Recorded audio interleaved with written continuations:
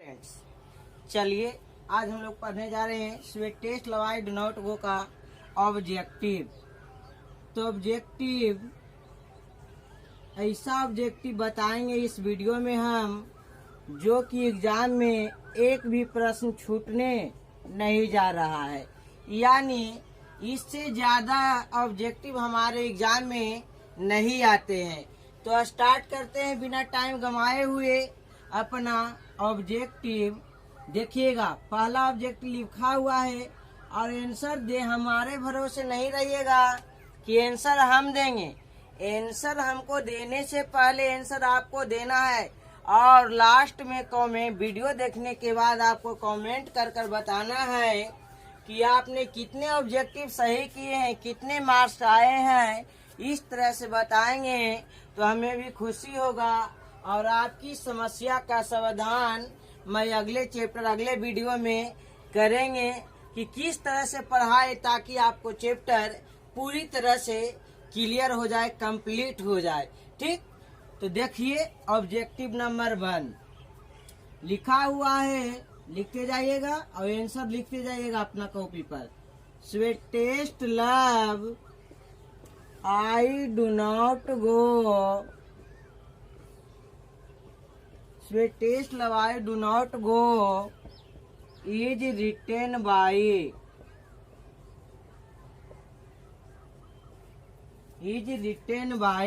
Option number A Walt Whitman, option number B John Donne, option number C Enmore, option number D John Donne.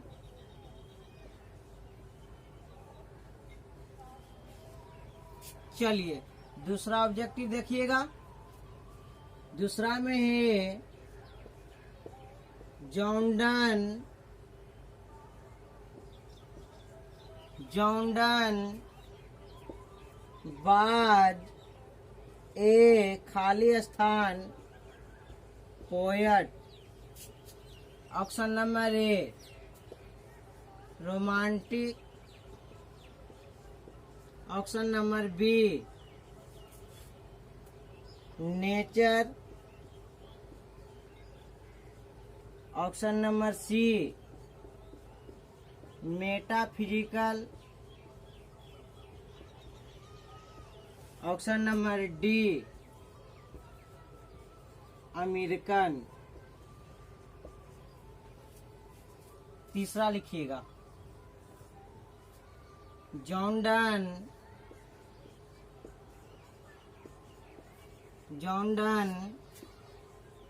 belongs to a religion, option number A Hindu, option number B Muslim, option number C Catholic, option number D Zoroastrian. अगला लिखेंगे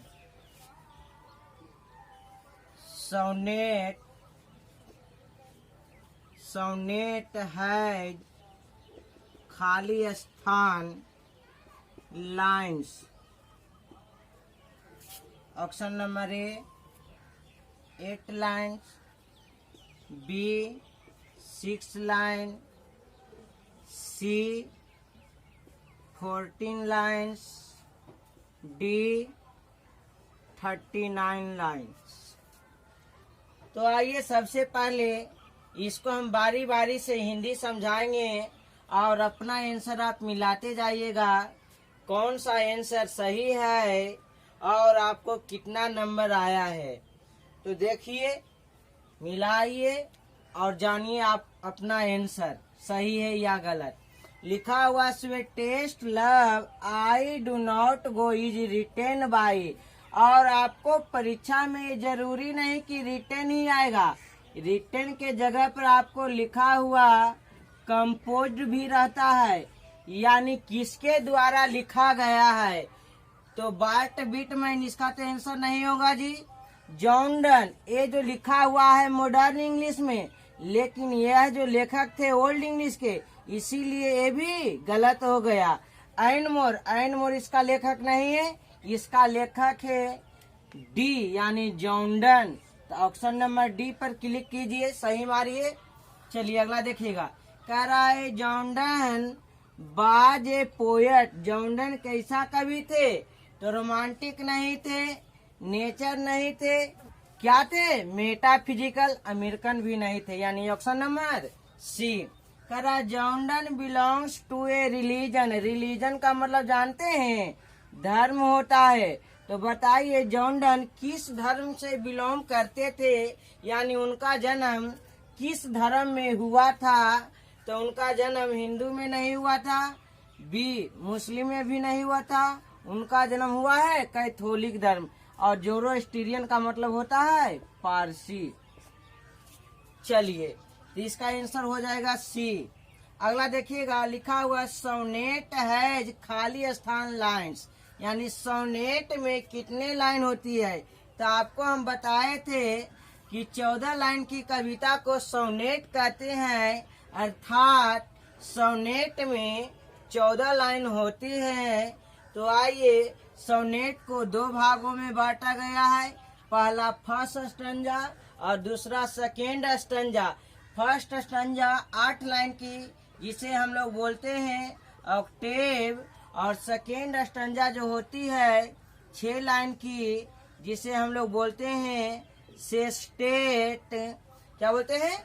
sestet. और जो हम पढ़ रहे थे कविता स्वे test love I do not का, उनका सभी जो स्टंजा है 8 लाइन की, अर्थात जिसे हम बोल सकते हैं ऑक्टेव। तो आइए सोनेट है जो लाइन, सोनेट में कितने लाइन होती है? तो आंसर हमारा हो जाएगा 14 लाइन, यानी ऑप्शन नंबर सी। चलिए अगला ऑब्जेक्टिव हम देखते हैं, लिखिएगा the poet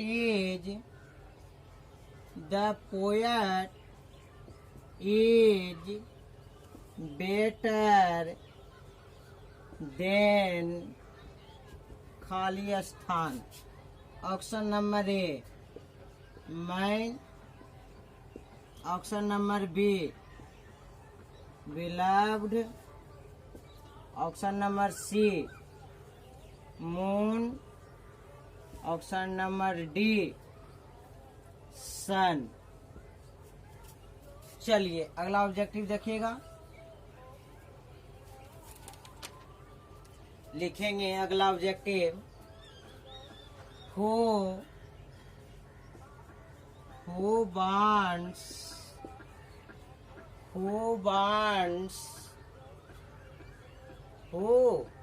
wants to gladly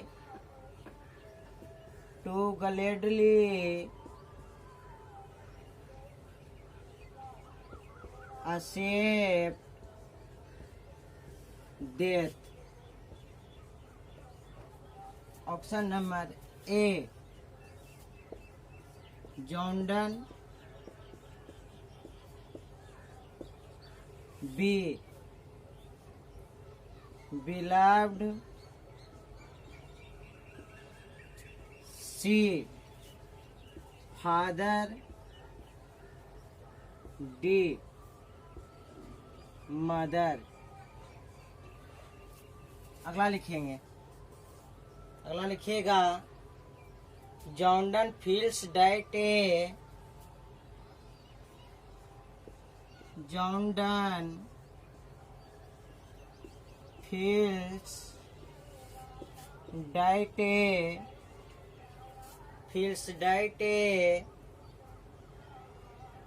is very hopeless, खाली स्थान is very hopeless.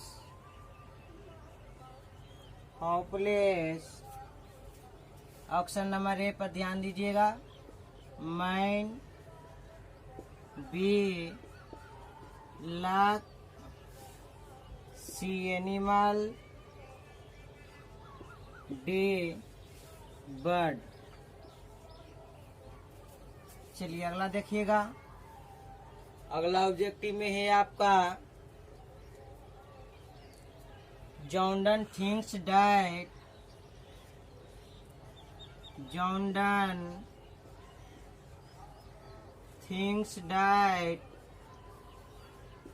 thinks that age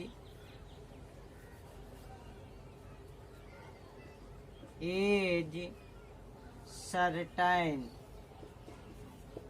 option number A life, death, B में डेथ, सी में लक, डी में बिलव्ड। चलिए छोटो लिख लिए होंगे आप लोग। बारी बारी से हम देखते हैं कि इसका आंसर क्या होगा और आप मिलाते हुए जाइएगा कि इसका आंसर क्या होगा। तो आइए देखते हैं पांचवा क्वेश्चन से। कहते हैं the poet is better then, यानी हम आपको बताए थे बुक में कि बोले थे जॉन डन मेरी जो जर्नी होगी सूरज की अपेक्षा कई गुना तेज होगी। मेरी जो जर्नी होगी सूरज की अपेक्षा कई गुना तेज होगी। वह बोले थे, यानी कहने का मतलब वह कंपेयर कर रहे थे किससे? सूरज से। तो यहाँ पर आपको मैन गलत हो गया, बिलव्ड भी गलत हो गया, मून भी गलत हो गया। क्या हो गया आंसर? डी। चलिए अगला क्वेश्चन देखेगा। Who wants to gladly accept death, यानी मृत्यु को कौन खुशी खुशी, ग्लैडली का मतलब होता है खुशी खुशी, मृत्यु को कौन खुशी खुशी स्वीकार करना चाहते थे कि यात्रा के दौरान यदि मेरी मृत्यु हो जाए तो मैं उस मृत्यु को खुशी खुशी स्वीकार करूंगा। तो ये बोले थे, कौन बोले थे? उनकी महबूबा या वो या उनके माँ या उनके पिता। पहला ऑप्शन में हमारा दिया हुआ है जॉन डन, दूसरा में है बिलव्ड, उनका बिलव्ड का नाम था एनमोर, और तीसरा में है फादर, अब फादर का उनका नाम है जॉन डन, और चौथा में है मदर, और उनका मदर का नाम है एलिजाबेथ। जान जाइए। तो कह रहे हैं कौन खुशी खुशी मृत्यु को स्वीकार करना चाहते थे? तो जॉन डन बोले थे कि यात्रा के दौरान मेरी मृत्यु हो जाए तो मैं उस मृत्यु को खुशी खुशी स्वीकार करूंगा, यानी ऑप्शन नंबर ए। चलिए अगला क्वेश्चन देखते हैं। John Donne feels that A is very hopeless, यानी आशाहीन कौन होता है? बताइए आशाहीन कौन होता है? तो आशाहीन होता है इंसान यदि उसका किस्मत फूट जाए या खराब हो जाए तो उसमें ना ही किसी समय को जोड़ सकता है और ना ही बीते हुए समय को वह दोबारा बुला सकता है। तो आशाहीन कौन है जी? मैन, यानी इंसान। ये आपका लक गलत हो गया, एनिमल गलत हो गया, बर्ड भी गलत हो गया। John Donne thinks that is certain, यानी जॉन डन कहते हैं यानी सोचते हैं क्या निश्चित है। सर्टेन का मतलब निश्चित, तो क्या निश्चित है? लाइफ निश्चित है, डेथ निश्चित है, लक या बिलव्ड। यानी जॉन डन बोले थे एक ना एक दिन मुझे मरना ही होगा, यदि यात्रा के दौरान मेरी मृत्यु हो जाए तो मैं उस मृत्यु को खुशी खुशी स्वीकार करूंगा। यानी कहते हैं कि संसार में जो जन्म लिया है उसे मरना ही होगा, ये बात निश्चित है। यानी ऑप्शन नंबर इसका क्या हो जाएगा? बी। देखते हैं अगला ऑब्जेक्टिव। लिखिएगा Jordan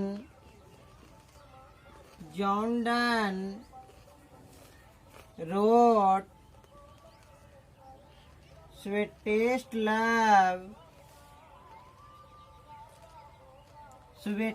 love I do not go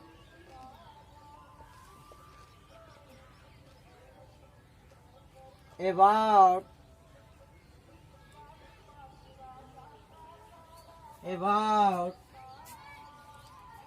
option A beloved, option B father, option C man, option D luck।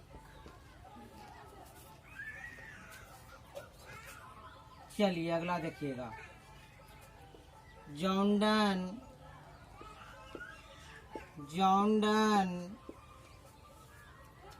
was born in option number ए में लिखेंगे 1611, बी में लिखेंगे 1572, सी में लिखेंगे 1631, डी में लिखेंगे 1615। चलिए अगला देखते हैं। Jordan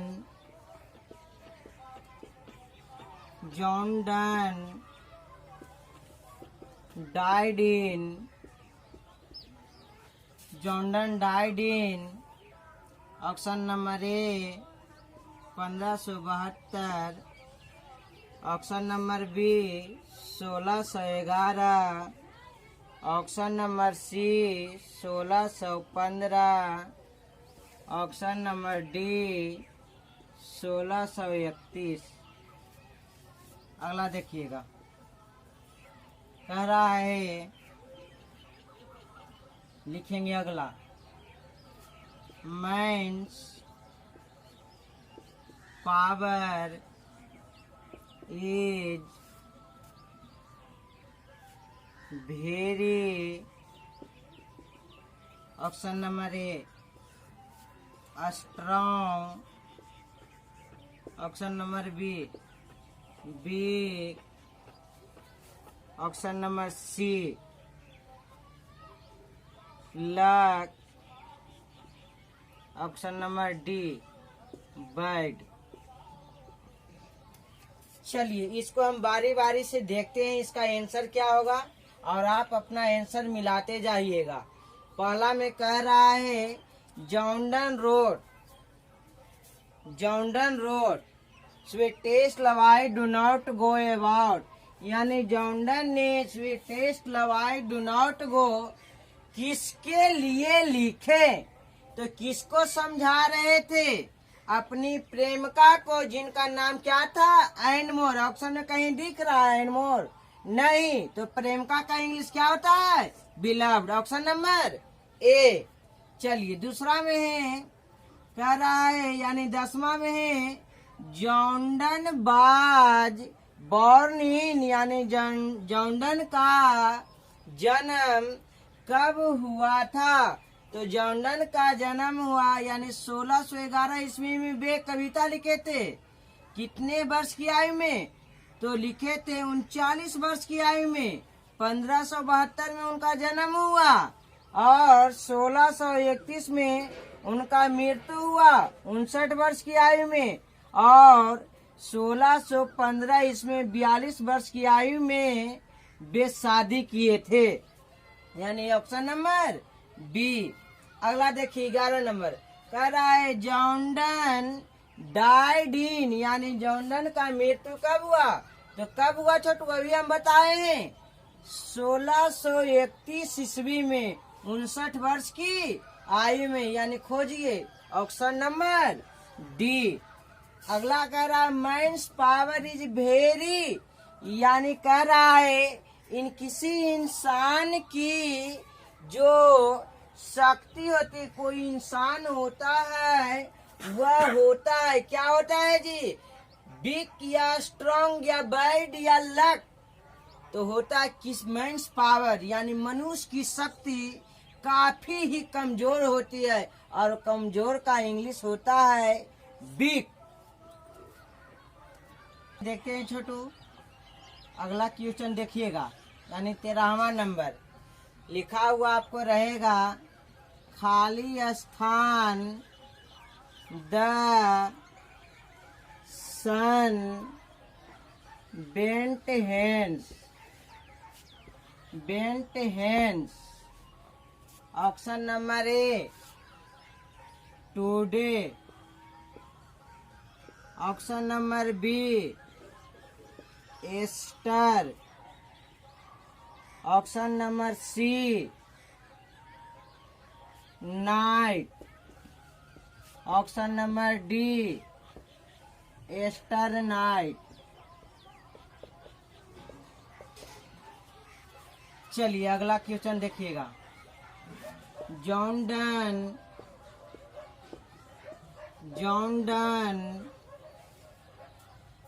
was secretly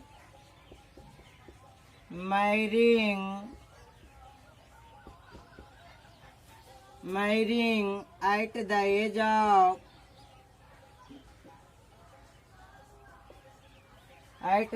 of option number A 39, option number B 42, option number 3 43, option number D 14। चलिए अगला देखिएगा। O how feeble is man's power, man's power is from, is from option number A लिखा हुआ है song of myself, song of myself. Option number B देखिएगा, B में है sweetest love I don't go. Option number C में लिखिएगा now the leaves are falling fast, falling fast. Option number D में लिखिएगा N epitaph. चलिए तो बारी बारी से हम देखेंगे सभी का आंसर आप गलत बनाए हैं कि सही, जांच लेते हैं एक नजर, उसके बाद आगे की ओर बढ़ेंगे। कह रहा है द सन बेंट हैंड्स, यानी बीती हुई कल सूर्य अपनी यात्रा पर गया था और आज वह हमारे नजरों के सामने है। तो बताइए बीती हुई कल, तो बीती हुई कल का इंग्लिश जानते हैं, होगा एस्टर नाइट, एस्टर नाइट, यानी ऑप्शन नंबर डी।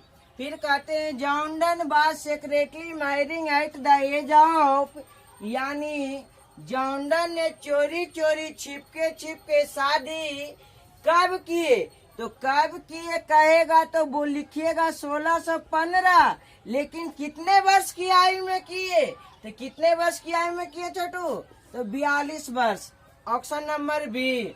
फिर कहते हैं O how feeble is man's power is from, या यहाँ पर रहेगा आपको एग्जाम में taken from, taken from. O how feeble is man's power किससे लिया गया, यानी किस कविता की लाइन है, तो किस चैप्टर की लाइन है, तो यह लिया गया है छोटू कहते हैं मनुष्य की शक्ति काफी कमजोर होती है, तो ये लिया गया स्वेटेस्ट लवाई डोंट गो, यानी option number B.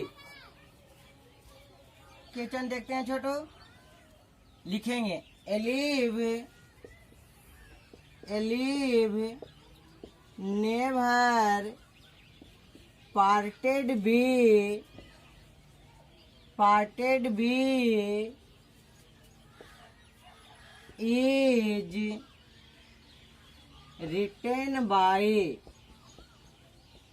written by option number A Walt Whitman, option number B Johnson, option number C Jordan, option number D none. अगला क्वेश्चन लिखिएगा, लिखेंगे मेटाफिजिकल पोयम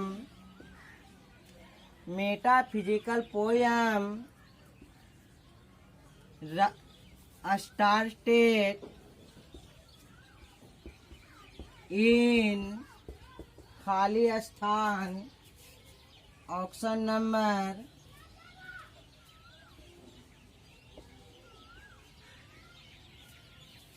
नंबर ए में लिखिएगा 16, ऑप्शन नंबर बी में लिखिएगा 17, option number C में 15 और option number D में लिखिएगा 18।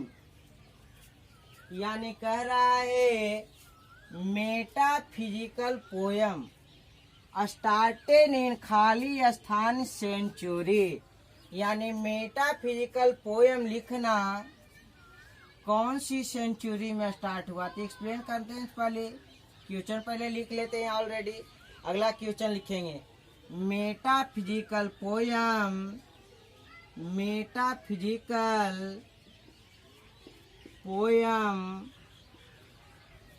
Writes about in, option number ए में लिखिएगा लव, बी में लिखेंगे सॉन्ग्स एंड सोनेट,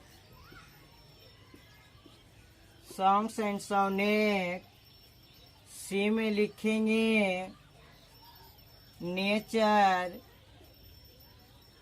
डी में लिखेंगे एलिगेज।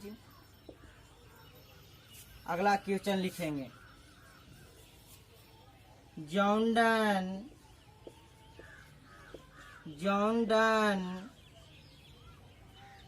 बाज well known for, option number A love, option number B songs and sonnet, option number C nature, option number D elegies. देखिए सबसे पहले इसको हम बारी बारी से आंसर जान लेंगे और आंसर जानने के बाद सबको हम जांचेंगे कि हमको सही है या गलत। इससे ज्यादा प्रश्न हमारे एग्जाम में आने वाला नहीं है। कह रहा है लिव नेवर पार्टेड